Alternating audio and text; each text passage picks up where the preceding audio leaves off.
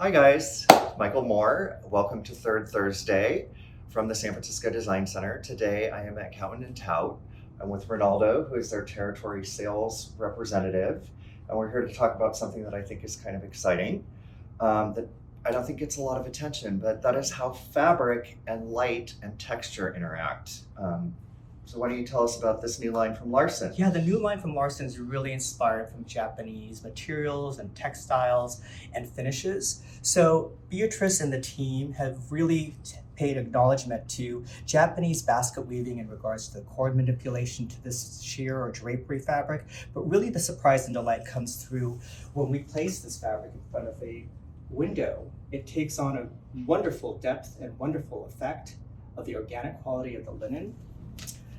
This particular fabric is called Kyoto. All the names of the fabrics are also Japanese inspired. Tanabe is one of those shears that we really wanted to express the material and have the unfinished edges be the highlight of this shear. Again, when we place this in front of a window, and many of the shears are to be used unlined.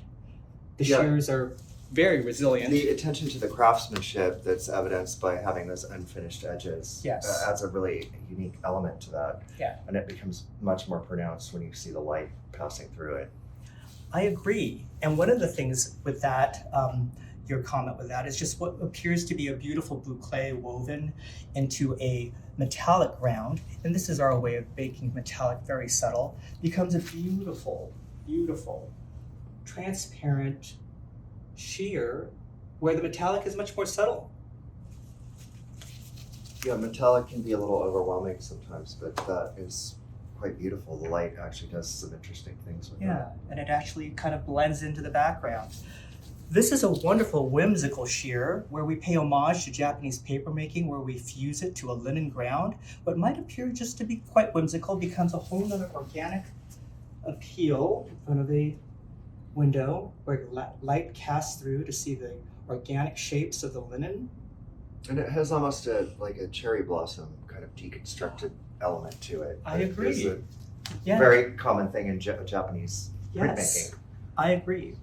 With Japanese artwork and screen prints, Beatrice and the team was very inspired by it. This is a wonderful technique that we've used where we leave the frail and the unfinished edges to the sheer. Really beautiful detail. Again, when we place this in front of the window, you have a more connectivity to it. And it's a beautiful cloud formation almost. So yes. It brings sort of some of those outside elements into your home, into the window, into the other side. Yes. With Japanese calligraphy, we pay homage to this sheer, pay particular attention to the unfinished edges. This is an embroidery, a beautiful window pane.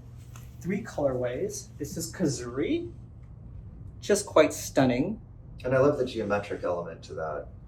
Yes, it gives it structure, but then the unfinished edges of the calligraphy inspired graphic gives it organic and an organic quality. Yeah, and the sheerness of it gives it a lightness that sometimes geometric patterns can feel a little overwhelming. Yeah. So it's lovely. Speaking of geometrics, we have polka dots, which in Asian culture, especially during Chinese Lunar New Year, we like to wear polka dots. So Larsen has taken that into our repertoire, and we have given you a polka dot with irregularities created by the weft being placed or being woven into the textile. And you told me polka dots are good luck, right? Yes, they are.